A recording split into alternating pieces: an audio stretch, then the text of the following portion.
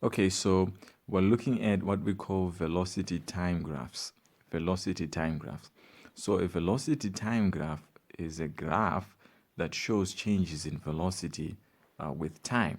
Now, before we proceed, I want you to know that velocity and speed are practically the same thing for our studies.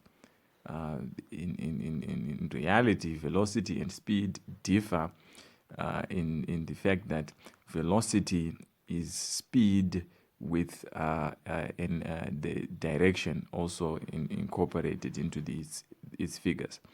So velocity is actually speed in a given direction. So, but for all practical purposes, we'll consider velocity and speed to be exactly the same thing, even though velocity has the component of direction in it. So when we have a velocity time graph, it will have two axes, right? One axis is going to be the velocity axis, right? And the other one is going to be the time axis. So on our velocity axis, we'll have our units for velocity. It could be meters per second, it could be kilometers per hour, or whatever else, right? And then on our time axis, we'll also have our units for time. It could be seconds, or it could be minutes, or it could be hours, etc. The purpose of this graph is to show what's happening to velocity as time moves, right? During a journey, right? There are times when speed is increasing, there are times when speed is constant, there could be times when speed is decreasing or increasing again. So that's what a velocity time graph is showing. So we're going to use this velocity time graph that is drawn here to further explore and understand this velocity time graph. Now, if you look at the one we have here, we have velocity axis in meters per second, and then we have the time axis in seconds. So this journey is all in all going to last 16 seconds. So we're looking at what happened over a course of 16 seconds. What we see here is that this graph here starts from 0, right? So whatever object we're studying here starts off at rest. It's not moving in the beginning, right? Well, and then as time moves, the speed or the velocity of this object begins to increase until it reaches a maximum, which is 24. So we see that 24. So by the time we reach 4 seconds, the speed of this object is 24 meters per second, right? It's going to maintain that speed or that velocity up until 10 seconds, and then that velocity begins to reduce until it gets back to 0. So at the end, it stops because its speed it gets to 0, right? Or its velocity gets to 0. So velocity increases, stabilizes, and then decreases. So that is what is being shown there. But what we're going to do, we're going to divide this journey into 3 parts, A, B, and C, so that we can analyze each section, right? Section A, section B, section C, and really understand what's happening here. Now, what you need to understand is that where speed is changing or where velocity is changing, you can find out how fast it was changing, right? How fast speed is changing. A measure of how fast speed is changing is called acceleration, right? Acceleration is a measure of how fast speed or velocity is changing. So speed or velocity is changing, right? How fast is speed changing? That's what we call acceleration. So when you study a velocity time graph, you can actually calculate the acceleration in different sections of the velocity time graph, right? In other words, you can calculate how fast speed is changing in those different sections. Okay, so let's look at section A first, right? We're going to look at the changes in velocity and the changes in time. In section A, right, the changes in velocity are 24, right? The speed starts from 0 and gets up to 24 meters per second. So velocity starts from 0 meters per second and goes up to 24 meters per second. So this is our initial velocity v1, and v2 is our final velocity there. During that period, our time moves from 0 seconds to 4 seconds, right? So for our time, we have 0 seconds, and it's going up to 4 seconds. So this is going to be our time 1, and that is our time 2. Now we can calculate our acceleration for the region. Acceleration is given by change in velocity over change in time. Now I've drawn this triangle. This triangle actually is delta. It's the Greek letter delta. So delta V over delta T. Delta represents change. So change in velocity over change in time. Change in velocity is actually V2 minus V1. In other words, the difference between the velocities. And then change in time is T2 minus T1, which we've recorded there. So our V2 minus V1 is 24 minus 0, and that's meters per second. And then our change in time is 4 minus 0, and that's seconds. So if we bring this up here, we'll get 24 minus 0 is 24 meters per second. And then 4 minus 0, you get 4 seconds.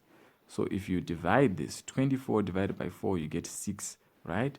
Then you get meters per second, right? Meters per second per second. So meters per second per second. Now when you have meters per second, it's simply meters per second squared, right? It becomes meters per second squared. So it's 6 meters per second squared. So meters per second squared is a common unit for acceleration. Look, there are other units, and you derive those units from your calculations, but meters per second squared is a common unit for acceleration. So what do we realize? During this first section, right, the acceleration is 6 meters per second squared. What does that mean? It means that every second the speed goes up by 6. So since there are 4 seconds, it will go by 6, then 12, then 18, then 24, right? Speed is going up by 6 every second. 6, 12, 18, and 24. That's really what that means. Now let's move on to section B now. If you look at our section B, again, we're going to look at changes in velocity and changes in time, and then we calculate our acceleration for section B. So section B starts here and ends there. So our velocity at the beginning is 24, and our velocity at the end is still 24. So we're seeing that the velocity is not changing. Our velocity starts off as 24 meters per second, and after some time is still at 24 meters per second. So our V1 and our V2 are the same. Now, if you look at the time, our time starts off at 4 seconds and goes up to 10 seconds. So our time changes, right? It's 4 seconds and it's moving up to 10 seconds, right? So that's our T1 and T2. Now, if we're doing a calculation for acceleration now, it's going to be V2 minus V1 over T2 minus T1. V2 and V1 are 24 and 24, that's meters per second, and over 10 minus 4, that's seconds, which is going to give you 0 over 6, 0 meters per second over 6 seconds, which essentially will give you just a 0. 0 divided by 6 is 0. So 0 meters per second squared. So we are seeing our acceleration is 0. So what does it mean there? What we know is that there was no acceleration in that region, right? The object moves at uniform or constant velocity. So velocity stays the same for those 6 seconds. From 4 to 10, for those 6 seconds, velocity stays the same there. Now let's go to section C now. Let's also look at our velocities and our times. So our first velocity in section C is 24, and then it goes all the way down to 0, right? So it's 24 and it goes down to 0. So for our section C, our velocity starts at 24 meters per second, and then it goes down to 0 meters per second. And then our time starts off at 10 seconds and it goes up to 16 seconds. So it's 10 to 16.